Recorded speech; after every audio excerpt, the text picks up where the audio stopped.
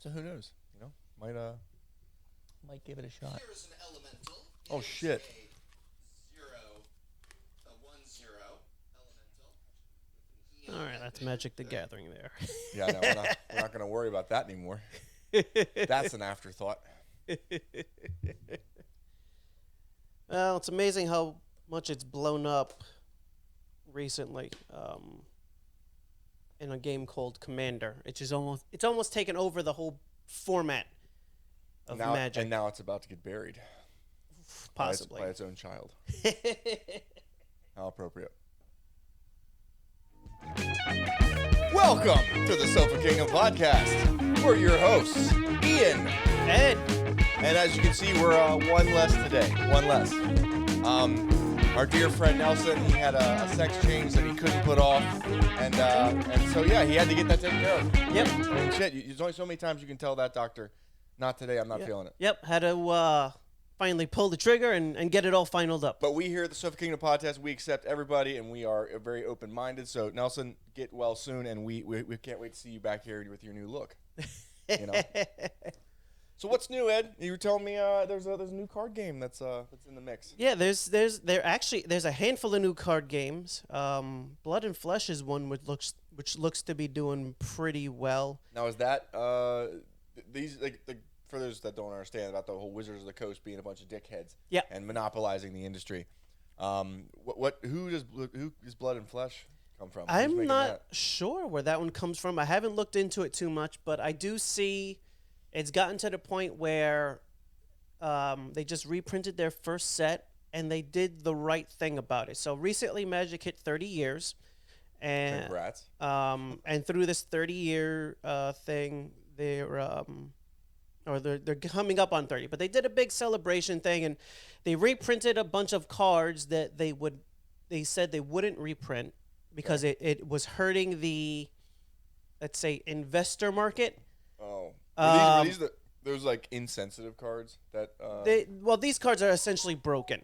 Now they're off like alpha and beta, and when they've reprinted some of them years and years ago, the prices of some of them started coming down, so they made a promise we won't reprint them in a way that is technically usable for the game format. So Magic went out of their way to make it super expensive. It was like $1,000 for 3 packs, and the way not doing that. Yeah, so the way it worked out, people were looking at it. They're like, well, for the price of possibly getting that rare card you want, you could just buy that card, and some of these cards are tens of thousands of dollars. Yeah. So they got so much bad press with that, and then the thing with the Pinkertons and everything like that. Flesh and Blood, they recently reprinted their alpha set because when it first released, not enough people got into it. Some of those cards started getting very expensive. Now, they did what the original guy from Magic wanted to do. Make the game about playing the game and not about speculating on the price of the cards.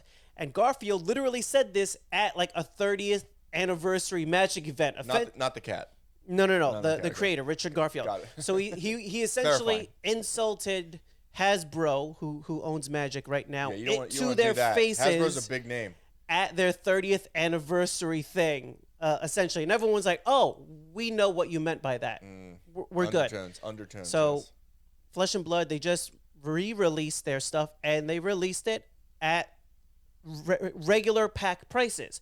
So the cards you missed that became cards you need to play, you can get at card prices that are standard. And not have to mortgage your home. Yes, exactly. Right, that's good. So you can play the game at the card prices that what they first came out at.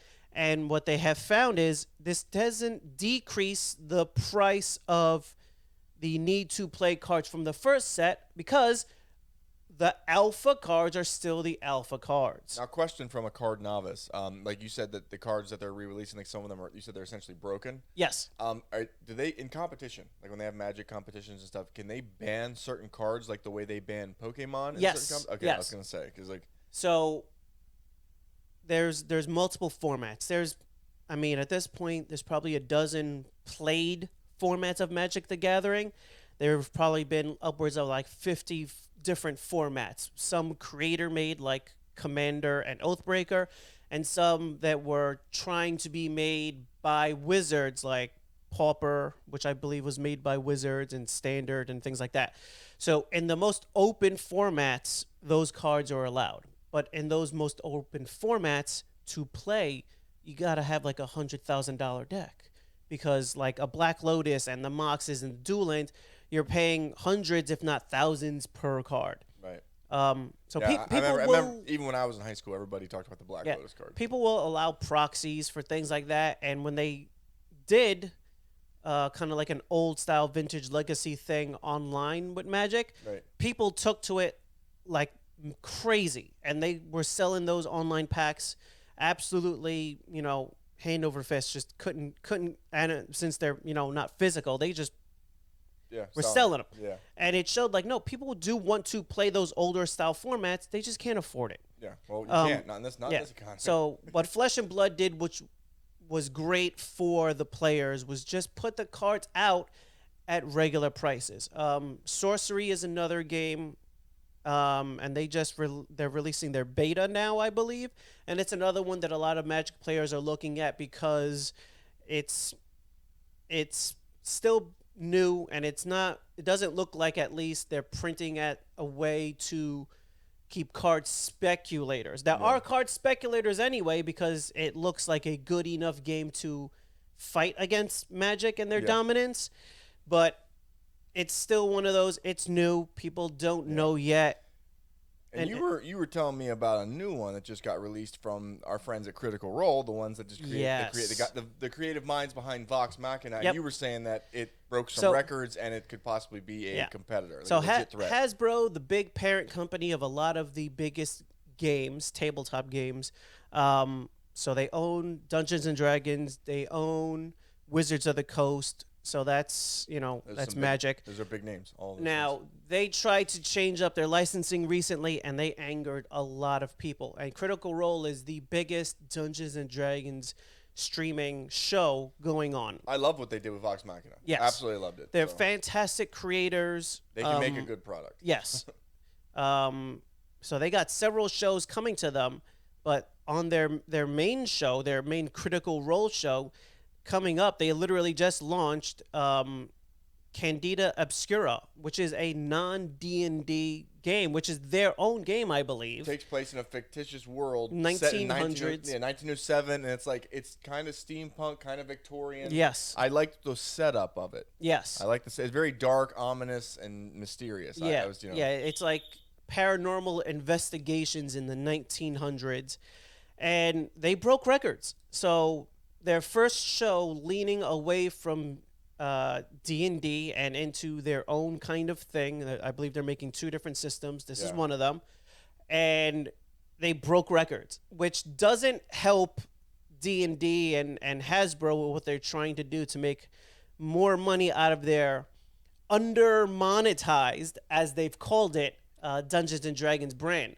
So when you have the biggest D&D guys in the world making their own thing, which is something I said they absolutely can do, and now they're doing it.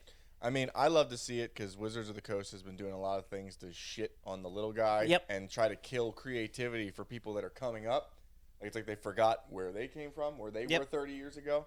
So, I don't know. I love to see it. I love to see the competitions with anything like that. A lot of it, I think, really comes down to the parent company. I think it's an issue more or less with Hasbro trying to squeeze every last drop. Squeeze every single penny out of what they have, and they're leaving behind the thing that made them as big as they are, especially those 2 properties, Magic the Gathering and Dungeons and Dragons. And Dungeons and Dragons, I would say more in particular, was how fan-friendly they were, is what really made a lot of people lean into playing Dungeons and Dragons. When you feel like, oh, we kind of own this thing with them, and they're just the stewards to keep it moving forward, and they allow us to play it however we want to. It was a little less so much with Magic. Magic really became giant by them stomping out the competition back before the internet. Yeah. So you didn't realize how much they were stomping out the competition. With Nowadays, you can't get away with that. Yeah.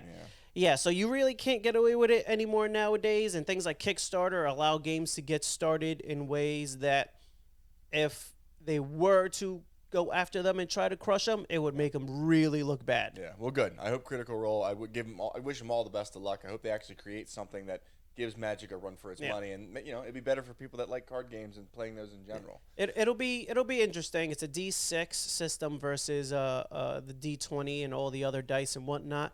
So that helps to simplify certain rules. And you said it could make for quicker games, which is easier accessible for people that aren't into Yeah, especially for even like watching Critical Role, where a campaign might be all season and then characters carry over year after year.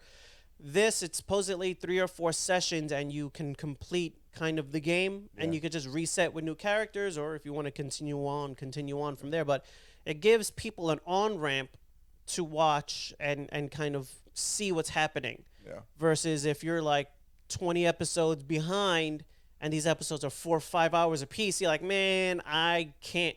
Yeah. I don't got the time to catch up. Movies and trailers. What jumped out at you? Anything in particular? Oddly enough, what was the one with the West one? The West one, yeah. Surrounded. That looked surprisingly good. I want to say it was the girl from Black Panther. I'm trying to think of her name. Yeah, and it had one of those that kind of feeling at first where you're like oh, another white people bad movie. Yes, yeah. At first, when she went off on the speech, I was like, "Oh God, here we go." I'm gonna feel guilty the whole time. But then, kind of the action and everything else in there, and what they showed with it, it really kind of by the end of it, I'm fairly interested to see what they do with it, and then at least her performance in the trailer alone was pretty wow as compared to what she was allowed to do for Black Panther. There actually was an all-black Western that was on Netflix, and it's still on Netflix. It's called The Harder They Fall. It actually was good. It was actually good. I think Idris Elba's in it. It was actually surprising. I started to watch it. I was like, I never even heard of this, but it had good ratings. And the action in it, the character development, I was like, wow. I was like, these guys, it was a retelling of a Western. Yeah. But I was like, man, they nailed it. So if it's going to be like that, shit, I'm all in. Was Surrounded on Apple?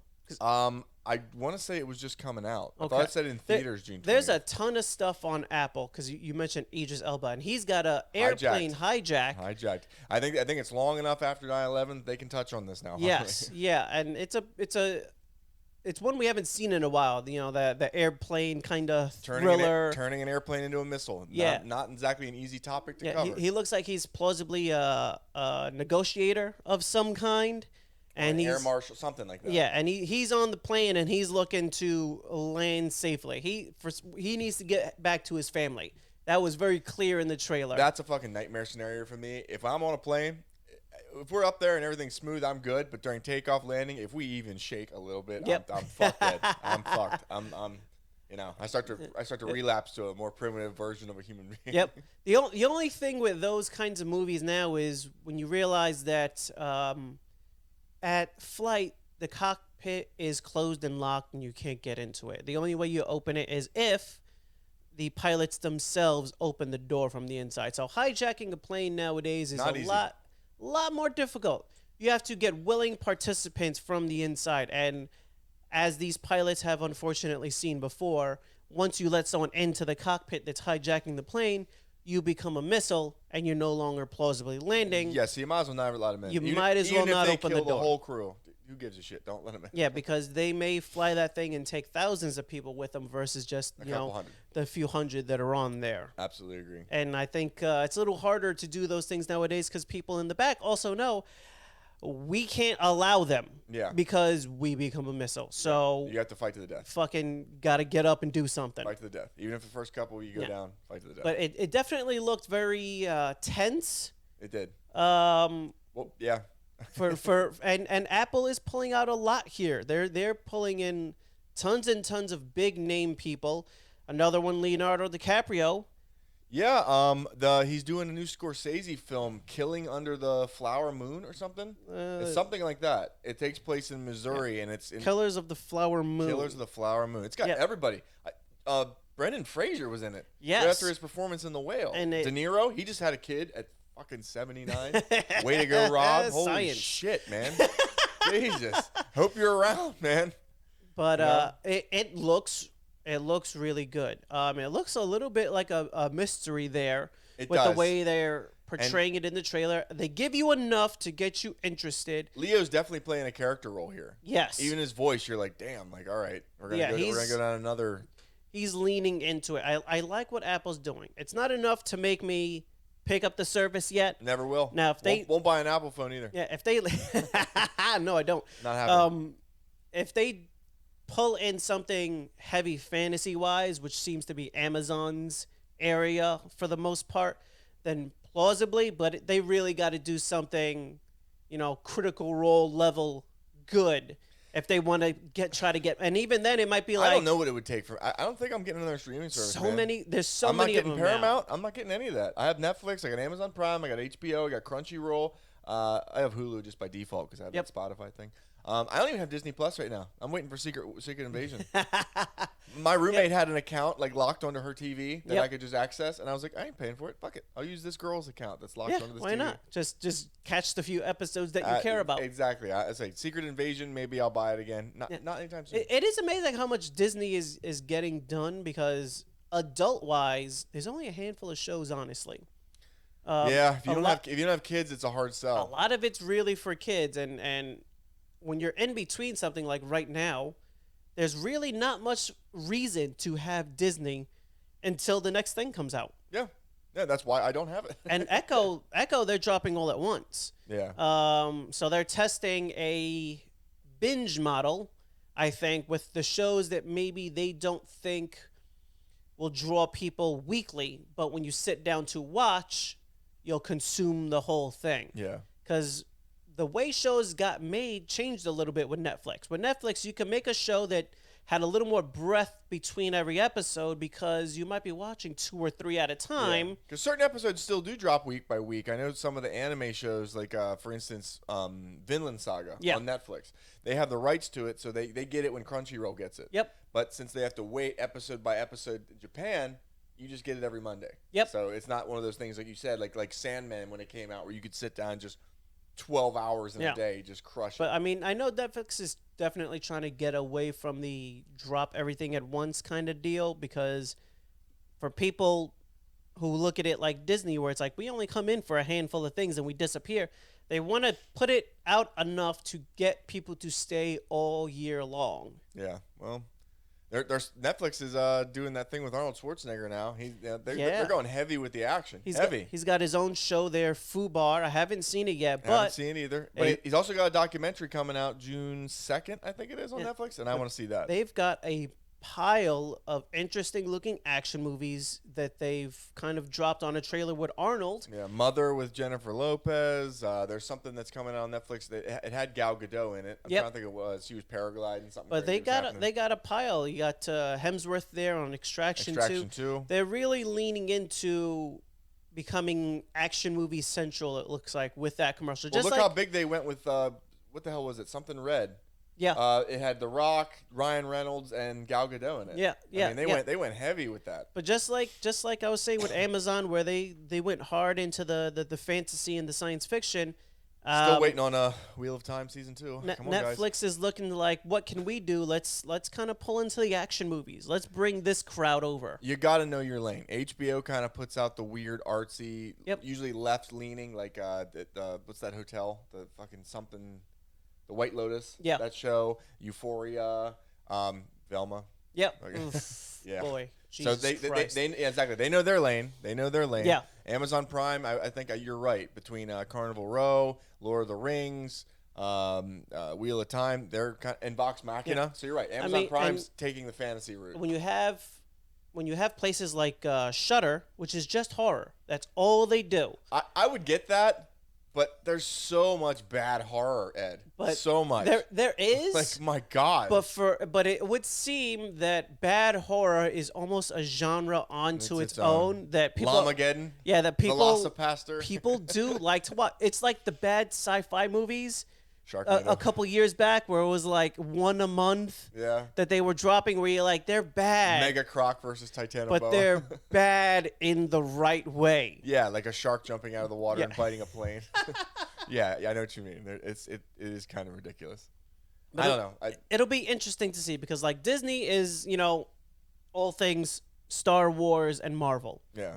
I mean, it's like amazing how some of these trailers come out. When you first see it, you're like, okay, I want to see that, and then all of a sudden, like your opinion changed. Like I know when Flash came out, I was like, okay, they have Michael Keaton, I want to see it. Yep. Now after watching, despite trailer, number 3? Exactly. Well, despite you guys' recommendations and warnings, I still watched Fury of the Gods.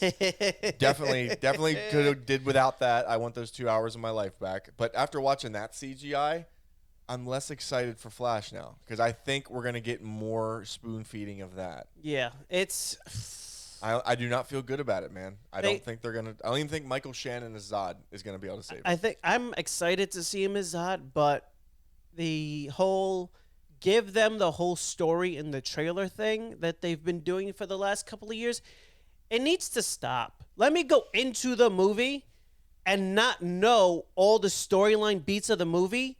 And how bad are they going to fuck up the soundtrack in this one? Oh. As bad as Black Adam? I mean, I think part of the issue with that is James Gunn set the bar for soundtracks so high. And you can't beat his though. It's the same thing with Endgame. Endgame raised the bar so high that everything after it, you comparing to that one, and you're like, you're not as good as this guy here. We're not going to get a movie scene like on your left for a long time. Like, it's not going to happen. It's not going to happen. That was 10 years just exploding in one moment. It almost feels like we needed a longer beat between Endgame and the next project. Maybe, yeah. To allow it to settle a little bit so that because the first couple movies felt flat. They did. Yeah, because we were still coming down from Endgame. They were coming so quickly behind Endgame. I think maybe if they would have waited like a year. Allow things to settle. Like the dust. And then start rebuilding from the bottom versus like, a few months later, you got stuff coming out and it's trying to wrap up, so to speak, the people coming back from the snap and everything else like that. That it feels like you're dragging along, the remnants carcass of Endgame, the bloated, decomposing carcass, and that's a big fucking carcass to drag with you. It's hard. It's hard to follow up behind that. You can't. Yeah. And that movie was literally almost as close to a 10 out of 10 as you're gonna get. It's like trying to follow up The Matrix. No, that's a big boy to try to follow up behind. You want to talk about a franchise that's fucking decomposed and rotted and fell apart? Holy shit! That's a tough follow. That last one was a pile of shit. I mean, that was bad. Well, I mean, I'll tell you one thing that I'm surprised I'm about to say as a straight white man. The Barbie movie doesn't look like a complete disaster. Now it doesn't. This is one where I would say this should have been the trailer, and that first trailer they dropped should have never dropped. Yeah. This one shows it as much more of a comedy, much more. Will Ferrell is in it, and I didn't know that. Yeah, fourth wall breaking. Will Ferrell looks funny. They actually looked really genuinely funny in this trailer versus the first one. Yeah, Ryan Gosling looks so stupid. I would go see it just for that. He's playing the deadpan, and it works really well with what they showed in that trailer. At this point, don't drop another trailer. No. That first trailer should have never happened. At this point, if my girlfriend said, "What are we doing Friday? Do you want to go see Barbie?" I would pay for the tickets. Yeah. At this point. It looks... If you don't fuck it up. Yeah, and it doesn't look like it's as much for kids as it does look like it's more for adults. It's geared towards adults. It looks like... grew up now that played with Barbie. Exactly. Yeah. Yeah. It looks like a little bit Mario. of a nostalgia factor. The theater in Mario. Yes. Like it had the kids that like Mario now that play Mario, but it was also a theater full of adults that grew up playing Nintendo. It was adults that were more than happy to bring their kids to the movie to see a thing that they also like. Yes. And that's the way cartoons used to be. Like, if you watch the old Looney Tunes cartoons... It had subliminal messages. There was a lot of stuff that was also in there for adults. Bugs Bunny, the older Bugs Bunny cartoons were straight up racist. Straight up fucking racist. Oh, some of them are... They can't even show them anymore. They can't. Yeah, some of them are hard to watch. I have seen some places where they air them. If you watch Bugs Bunny impersonate the Japanese during World War II, oh my God. They put a warning in front, which is what I think they should do. You got some people saying that they shouldn't show them at all. They should erase them. It should be canceled. It should be edited. I'm against canceling anything. We don't need any of that. No matter how terrible. Just put it in the place and time of when it came out. And people need to start doing that with a lot of things. We can't be looking at things from even 10 years ago with the lens of today, because in the last few years, things have changed quite a bit. So when you're looking at something from 30 years ago, it's a whole different thing. And the audience that was even watching it back then was different. So put it in its place and judge it for where it was at its point in time. Yeah. Oh yeah, I know exactly what you're saying. I mean, it also, you can't go after comedy. Anything that's supposed to be a satire and a comedy, you can't, like, it's meant to be funny. It's not meant to be serious. Like, it's meant to, they say things that are shocking. Like, yes. That's what they do. Like, they've been doing that since Carlin, since Pryor. Like, it's the way they do it. Yeah. Some people are just offensive. Anthony Jeselnik, each thing he says would get him canceled. Each thing that comes out of that man's mouth. And I loved his show. I went and saw him. So he's got to be the king at turning you around on something you shouldn't be laughing at. Yeah, his version of comedy, he refers to it as dark black comedy. Yes. Because it is the stuff he makes fun of. Oh my God. He has to be the darkest. I don't know if there's anyone who's plausibly more in that lane than he is and is maybe not getting, shared specials on Netflix and things like that. But in terms of like known comics, he's got some of the darkest humor out there. His one thing he said in his comedy special in person, I watched him say it on stage, was he said, "I saw a pregnant chick get hit by a bus the other day, or as I like to call, a spontaneous gender reveal." I was like, oh my God. Like, the shit he made me laugh at, I was like, you gotta be kidding me. Like, this, he made me feel like a worse human as I was. That which is good. That's how I wanted to feel. That is fantastic. But he is a master of it. And I can't imagine the difficulty of the way he makes those turns where it's a surprise. He manages to pull off a fucking magic trick on every joke. No one walked out. The shit he said here in West Palm, nobody walked out of his show. So I think everybody, for the general idea, for the most part, knew what they were getting into. It is Florida. Let's be honest. People live with gators in their backyard, and they're like, "What? Those guys? They don't bother me." That's right. Yeah, we do surround ourselves with dinosaurs on a regular basis. So I guess we are different than most of the country. But yeah, so movies. I'm not. There's certain things I'm excited for, certain things I'm not excited for. I am excited for Leonardo DiCaprio. The more I see of the movie that's coming out from Nolan, Oppenheimer. I want to see that too. I really want to see that. It looks interesting. They managed to put, again, quite a lot of tension in that short trailer, and I can't imagine what it genuinely felt like for that handful of scientists that they could have ended the world. They were rushing to make a bomb in the hopes that it would stop a war, because if the other guys got it first, they would have won the war. It would have been dropping on us. Right. Like the reality of the knowledge of that. The knowledge of the bomb you're making and what it can do, and if you fail, it might be landing on you instead. And also, when they were setting it off, like, they knew they were going to start splitting the atoms. Yes. And they knew that the fission was going to start to happen. But they didn't know when the fission would stop. Yeah. Like, they theoretically could have set that thing off, and the fission never would have stopped, and they would have eradicated our planet. There was essentially a hole in the math that they couldn't figure without dropping one of the bombs, I think is what it was. They had to test it. So it was a non-zero chance of the chain reaction going off in a way that ignites the atmosphere and just doesn't stop until everything is gone. Yeah, and that wouldn't have been a fun way, because the thing is, they set it off here in the American desert. Like, yeah. That's where they tested it. So, like, we essentially just would have eradicated ourselves. Yeah, and the war would have been over. I don't know if it would have been if the damage would have been moving at the speed of light or the speed of sound, but either way, you would have not seen it coming until you were gone. Oh yeah, the heat would have got you first. You would have just been poof, gone. So we dodged that bullet. That's what Mount Vesuvius. Oh yeah, that's Pompeii. But at well, nobody ran from that because they thought it was just Vulcan working on his on his anvil. Yeah, when they see a volcano eruption, that's what they thought. They thought it was Hephaestus. Yep. They're like, oh, we're not running from that. Oh, the gods are a little angry today. They're building some more armor. Just go to bed. Not, oh, we should get the fuck out of here. We're about to get buried in ash, in pyroclastic flow. Yep. But whatever. You're gonna get cooked so fast your brain turns into glass.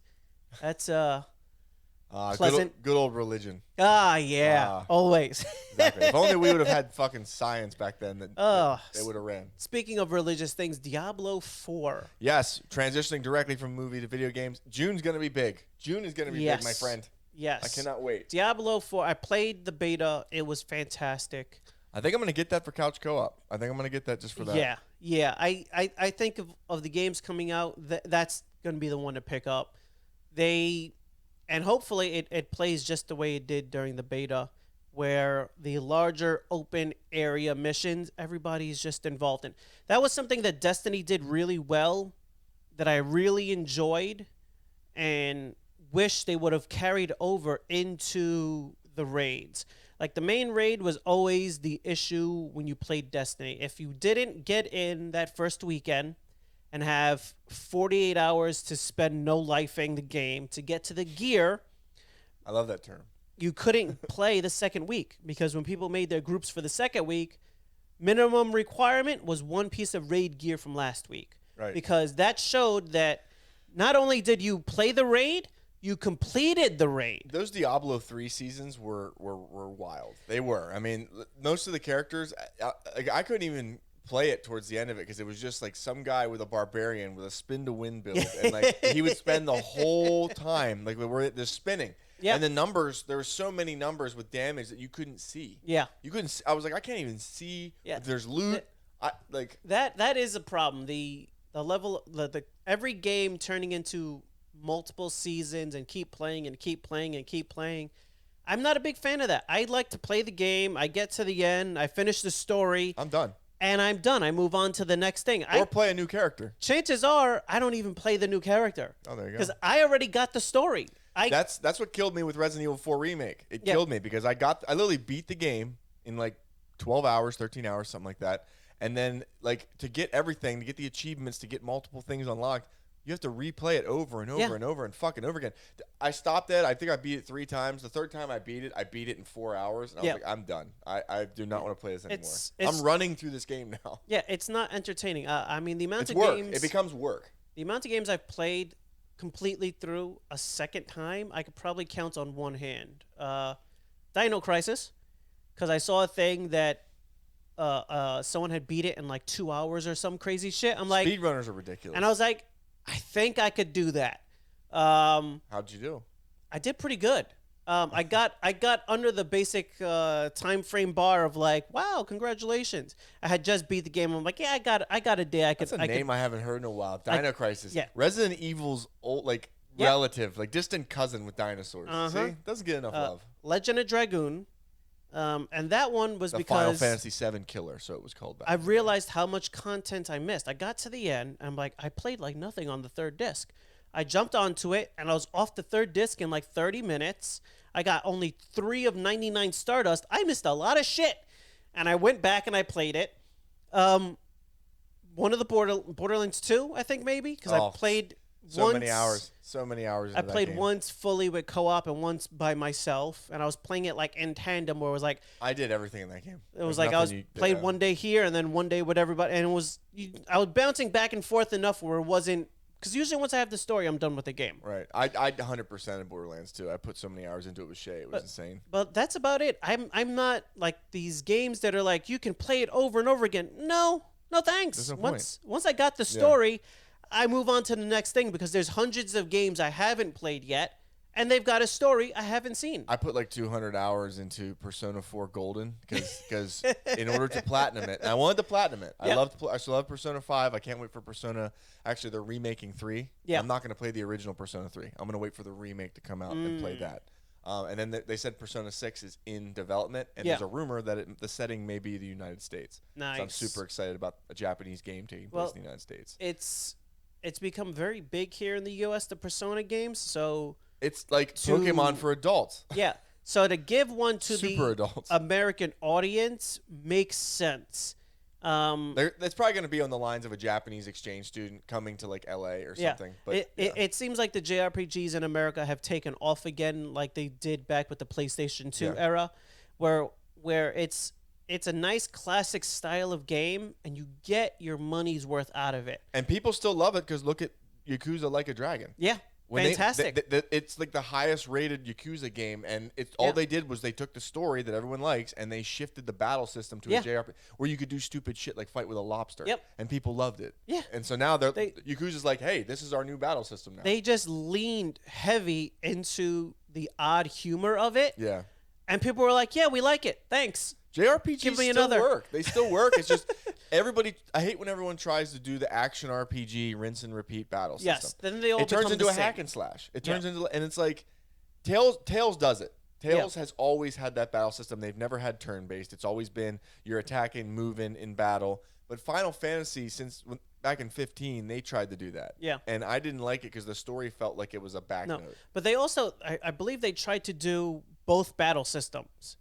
And where they try to, like, you can do this or you can change your settings and do that. And then you're trying to build a game around two different battle systems. Yeah. And I want to say it was Final Fantasy series that did it. It might have been a different one. But it's like, just pick a lane. Yeah. And go with it, because if you're trying to build the game around two different battle systems, you're not going to do either one justice properly versus just saying this is the battle system we're implementing. Yeah. What's the best we can do for this style of gameplay? Like Final Fantasy 16 drops in June around the same time Diablo does. Yeah. At first, I was not excited about it. I know that they're sticking to a battle system that's more fast-paced, more action-oriented, more like Tales of Arise, something like that.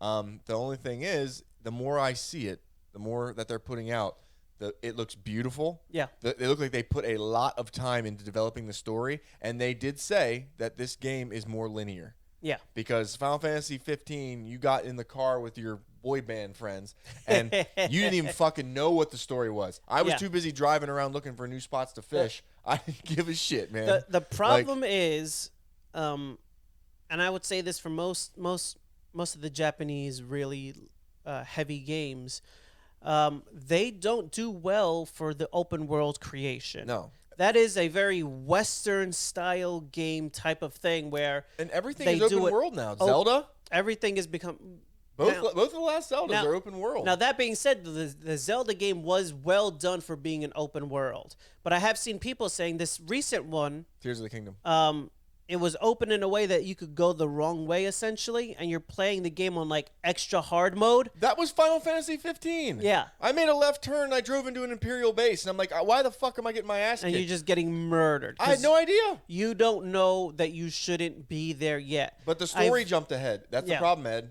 I would pull into this base, and now I'm getting attacked by Empire soldiers, and a character would come out that my characters acted like they knew, and I'm like, who the fuck is that? I've never even seen them. I would say especially with more RPG style games where you have to build up your skills to be able to move into those more difficult areas, I like the approach of you're opening up entire sections of map. So this whole section of map is open, but this whole section is also geared towards where you're at in the game. And then this whole nother section opens, because if the game isn't designed in a way where you can completely free roam but not get your ass handed to you every 2 seconds, forgiving, it becomes unplayable, because you could get so far in an area and then you try to leave and then you can't. And then you either gotta deal with several hours of backtracking or reset the game several hours earlier. And honestly, I've quit games for like losing 2 hours. Elden Ring is a game that you cannot make a wrong turn. Elden Ring, you would take a wrong turn and you would get hit. Someone would throw a stick and it would hit you and it would blow your armor apart and you would die. And you'd be like, I'm not supposed to be here. That was a stick that hit me. The game from the guy that made Rick and Morty, the High on Life. I was playing High on Life and I saw a platform I could get to because my floating down skills were pretty good.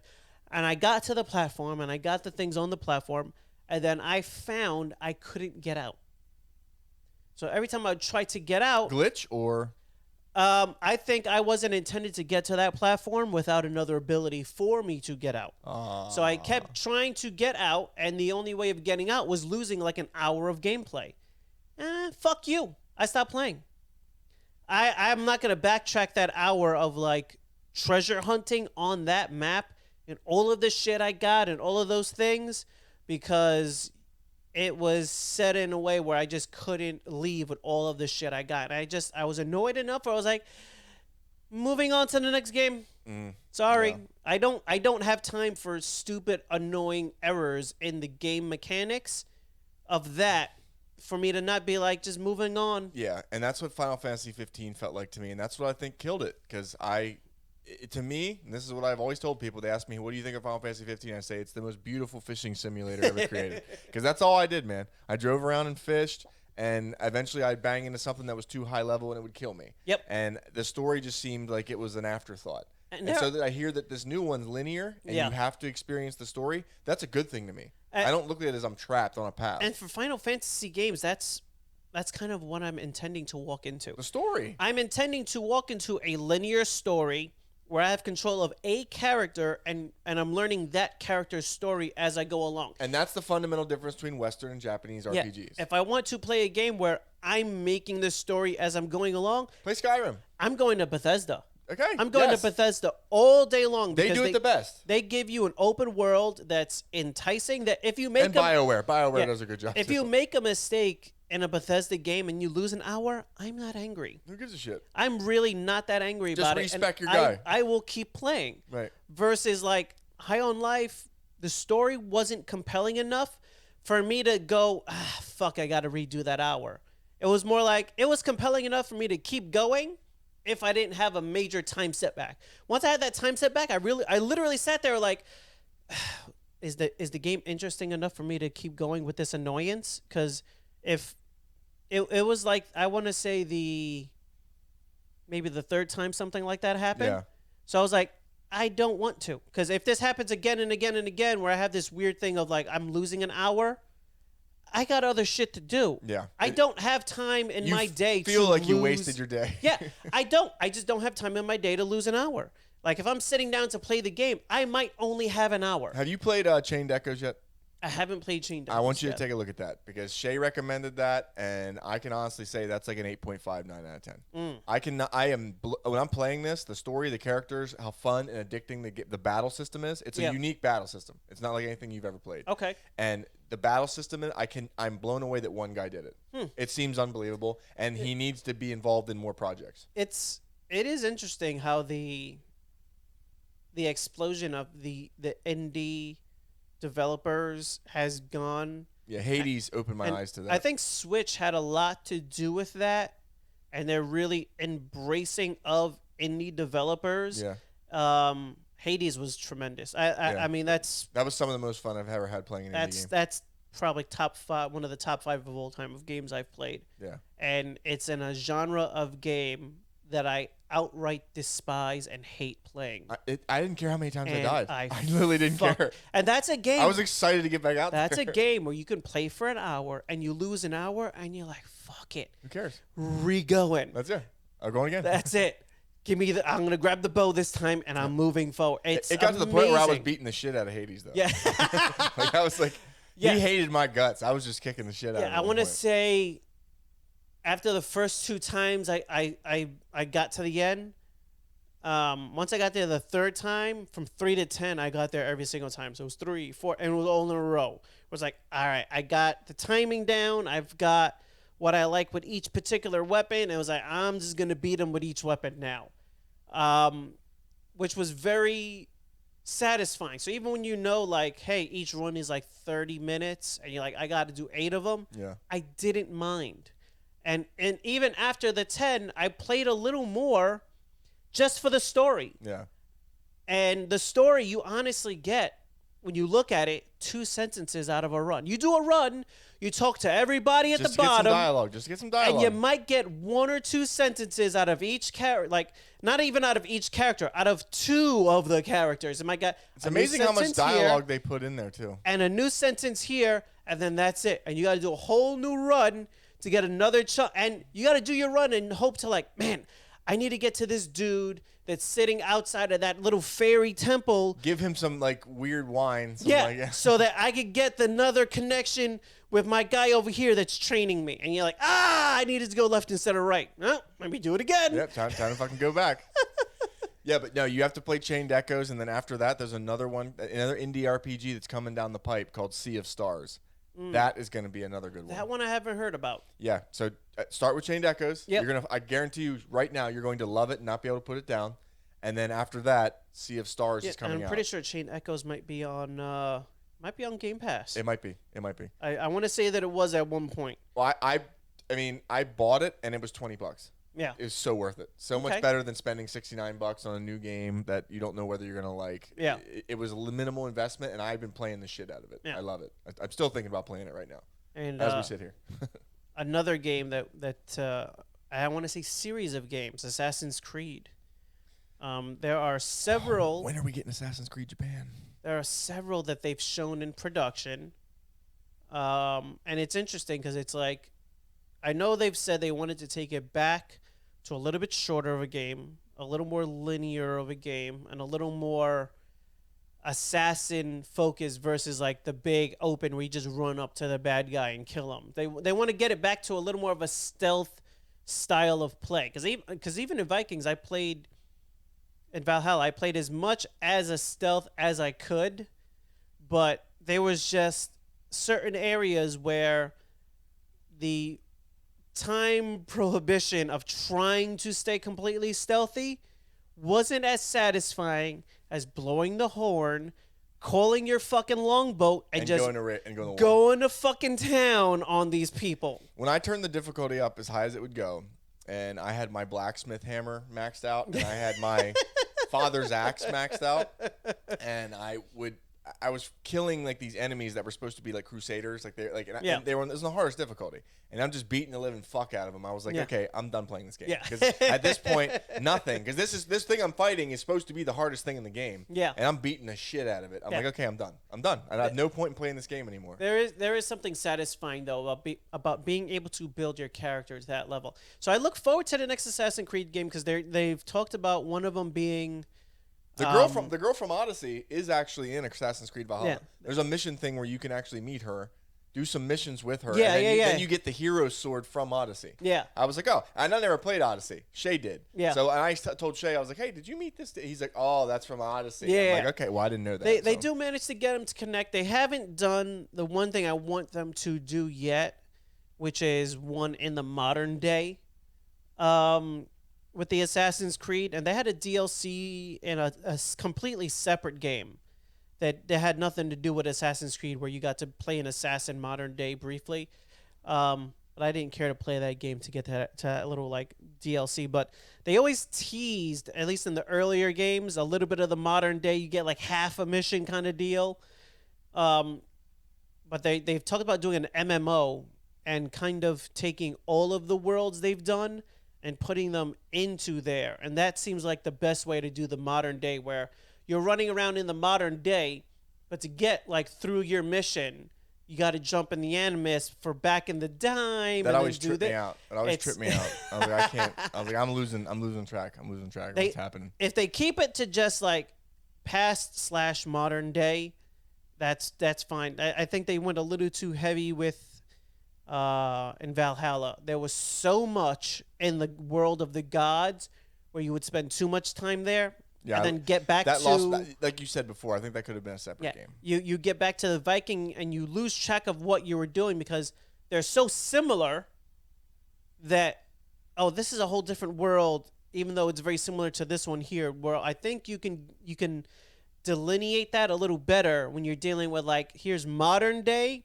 versus here's past time, because you can add different obstacles in modern day that wouldn't be in past, that lets you play in both worlds without losing track of what's happening. It tells its own story. Exactly, because they still haven't given us that chunk of the story that you get to play through. Right. It's like you play half a level and then they give you the end fight, and then your guy, whatever happens, moves on to the next game. But you haven't gotten that, and maybe they haven't landed on a good enough payoff to tell the modern story of the Assassins and the Templars.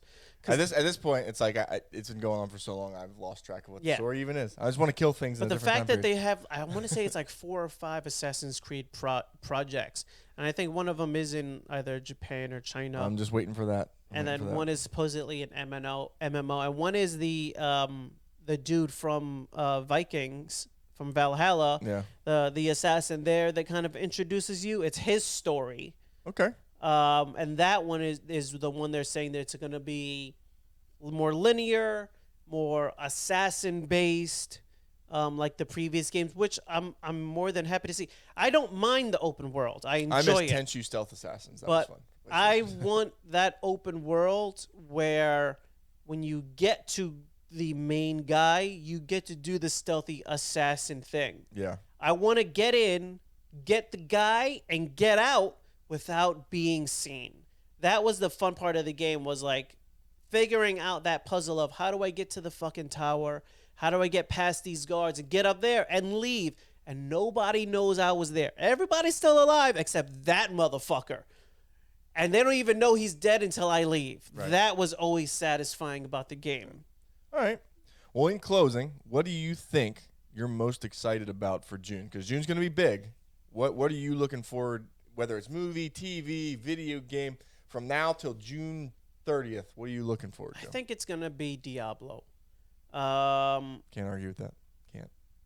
As much as some of the, like, I'm more interested in Flash to see if they could salvage the shit show that has been DC. In the back of my mind, I don't think they can. So that's why I versus interested in Flash, because I think Flash is going to be a good movie. Yeah. And that's a weird way to kind of think about it, where it's like it might be the coffin. They're propping it up so hard and pushing it so hard that, like, I'm interested to see if it does what they think it does, versus is it going to be a flaming tire fire that's been, you know, the coffin, the nail in for DC. I think it's the nail. But I think Diablo is going to be it. I played the demo. The demo was fantastic.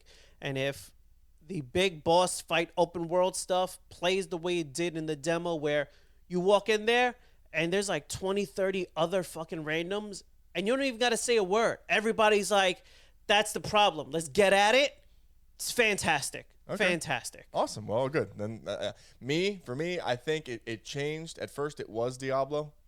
I was looking forward to the couch co-op, but I think now, after watching a few of the cutscenes and stuff, I'm going to give Final Fantasy 16 a try. I'm going to give it a shot. I'm going to go in enthusiastic, like I was a kid buying Final Fantasy 7 back in the 90s, and we're going to see what it's about. Yeah, I hope it's good enough. I hope it does the fans justice. Because I've missed a couple of them recently, because being a single player game, I can play them on my own time when I get to them.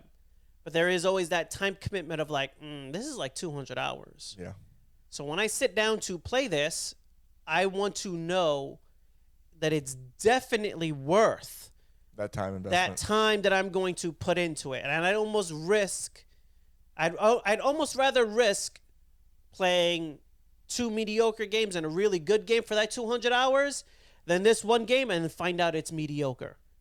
Like, that's true. Like Cyberpunk. I thoroughly loved playing the game. After they fixed everything. And when I got to the very end, I was playing a portion and I realized I was at the point of like, this is where I'm actually choosing my ending. And I had seen an article that managed to not spoil, like, hey, if you're in this conversation, you have the chance for a secret ending. So I went back to that thing. I'm like, so this is what I got to do to get the fancy secret ending. And the fancy secret ending was dog shit. It really was, for the way that I played my character, a shitty ending. Now, if you played your character differently, it might have been the proper ending. But for the way I played my character, I'm like, this goes against what I played my character and the way I had played him. So, and it was nice enough that the ending wasn't from that point too far to get to the ending. So then I was able to go back, reload that save, and pick the option I would have picked before I realized, I'm at the ending thing here. You know, like you load into the mission, you go, this is, you know it. You're like, this is the end. Well, let me go read that thing I was reading earlier. Yeah. So then I played the way I would have ended. I'm like, well, that makes more sense, because that was what I would have picked based on the way I was playing my character, and that is the ending I actually enjoyed. But it's nice to get that secret ending, but if that would have been the actual ending to the game, it really would have ruined the whole experience of the game. And it's like one of those like, man, I hope to not run into that on a 200-hour game. Yeah, 200 hours is a long way to go Yeah, for disappointment. I'd rather that one really good one and 2 mediocre ones for that 200 hours versus like 200 hours and then the ending is just garbage. And on that note, Yep. thank you for listening to the Sofa Kingdom podcast. It was fun. Thanks for coming out. Where can you find us at, Ed? Sofa Kingdom OFC. And where else? Sofa Kingdom Podcast. This was nice. This was all positivity. Yeah. This was the core of what a podcast should be. This was just two dudes shitting around. Yeah, you know? absolutely. I think we got through quite a good bit of stuff. Well, it was nice without, being interrupted or, being attacked personally. That was nice. Yeah, It was good. it's a welcome change of pace. Yes. So this was the sophisticated episode of the Sofa Kingdom podcast, where with class, integrity, Yes. taste, the core values of what we represent here. Absolutely. And good luck, Nelson. We hope your sex change went well. We will see you back here for next week's episode. Yeah, he should hopefully be back for the next episode we record. I hope so too. And if you guys have any ideas of what you want to see Nelson's new outfit look like, just leave them in the comments. What color dress do you think he'll look good in? Yep. And what is it going to be? Flip flops or heels?